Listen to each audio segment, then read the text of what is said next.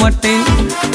கர்த்தருக்குள் மிகவும் பிரியமான என் அன்பு தேவச்சனமே, நீங்கள் யாவரும் ஆண்டவரும் இரட்சகருமாகிய சர்வ வல்லவருடைய நாமத்தினால் மிகுந்த ஆசீர்வதிக்கப்பட்டவர்களாக தகப்பன் உங்கள் ஒவ்வொருவரையும் வைத்திருக்கிறார். உங்களுடைய வாழ்க்கையில் கடவுள் செய்யக்கூடிய பெரிய காரியங்கள் நீ இதுவரையும் கண்டிராத ஒரு சந்தோஷத்தையும் ஒரு மகிழ்ச்சியும் தேவன் கட்டளையிடுகிறார். ஒவ்வொரு நாளும் நம்மை புதிய ஆசீர்வாதத்தோடு கூட அவர் நடத்தி கொண்டிருக்கிறார். நேற்றை வாழ்க்கை இல்லாதபடி அதை மாறி ஒரு புதிய வாழ்க்கையினை தேவன் நமக்கு கொடுத்து கொண்டே இருக்கிறார். அவர் எப்பொழுது நாம் அவருக்கு செய்யக்கூடிய ஒரு கடமை, அவரை நாம் மகிமை செலுத்தணும், அவருக்கு துதிகளை செலுத்துகிறவர்களாக நாம் காணப்பட வேண்டும். கடவுள் செய்திருக்கிற நன்மைகளை ஒரு நாள் நாம் மறந்து விடாதபடி அதற்கு நாம் உறுதுணைகளாக இருக்கிறவர்களாக நாம் காணப்பட வேண்டும். என் அன்பு தேவச்சனமே, வேதம் அப்படிதான் சொல்லுகிறது. ஏசாயா 43 அதிகாரம் 19 வசனங்கள் இவ்விதமாக சொல்லுகிறது. இதோ நான் புதிய காரியங்களை செய்கிறேன், இப்பொழுது அது தோன்றும், நீங்கள் அதை அறிவீர்களா? கவனிங்க, உங்க வாழ்க்கையில கடவுள் புதிய காரியங்களை செய்வார். ஒருவேளை இதுவரைக்கும் என் வாழ்க்கையில் எதிர்பார்த்த புதிய காரியங்கள் நடக்கவே இல்லை என்று சொல்லி ஒரு மனக்குழப்பத்தோடு கூட நீங்கள் காணப்பட்டு கொண்டிருப்பீர்கள் என்று சொன்னால், இன்றைக்கு இந்த வார்த்தைகளை கேட்டுக்கொண்டிருக்கக்கூடிய என் அன்பான சகோதர சகோதரிகளே, உங்க வாழ்க்கையில் அருணாதர் இயேசு சுவாமி ஒரு புதிய காரியங்களை செய்து கொடுப்பார்.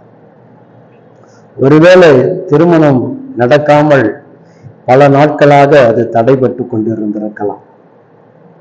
இன்றைக்கு அதற்குண்டான சூழ்நிலைகளை என் ஆண்டவர் ஏற்படுத்தி கொடுக்கிறார். வேலைகள் தேடி தேடி களைத்து போயிருந்திருக்கலாம். இனி வேலையே கிடைக்காது என்கின்ற விரத்தினை வாழ்ந்து கொண்டிருந்திருக்கலாம்.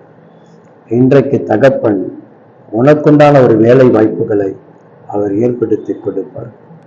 நமக்காகவே ஒரு கம்பெனிகளை கர்த்தர் ஆயத்தப்படுத்தி தான் வைத்திருக்கிறார். அவர் புதுசா எதையும் நமக்காக செய்ய போவதில்லை. ஏற்கனவே செய்து வைத்திருக்கிறதற்குள் நம்மை கொண்டு போய் அவர் சேர்த்து விடுவார்.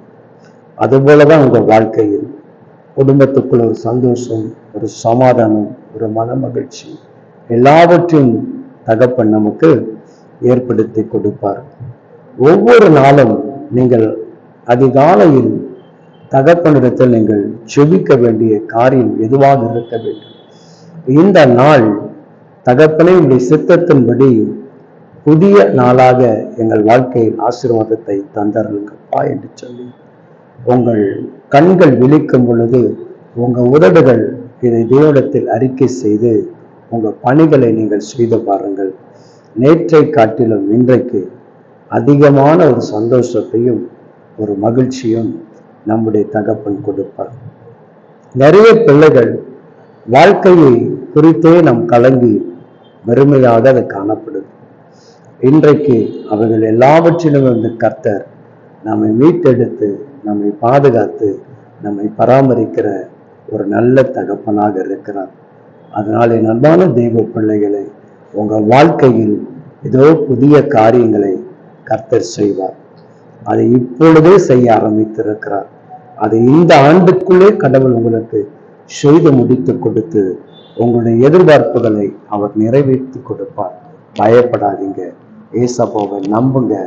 அவரை நம்பி அந்த புதிய ஆசீர்வாதத்திற்காக உங்களை அர்ப்பணிங்கள். நிச்சயமாக ஒரு பெரிய மாற்றங்களை அருணாதர் இயேசு சுவாமி உங்க குடும்ப வாழ்க்கையில கொடுத்து ஆசீர்வதிப்பாராக. ஆமேன். God bless you.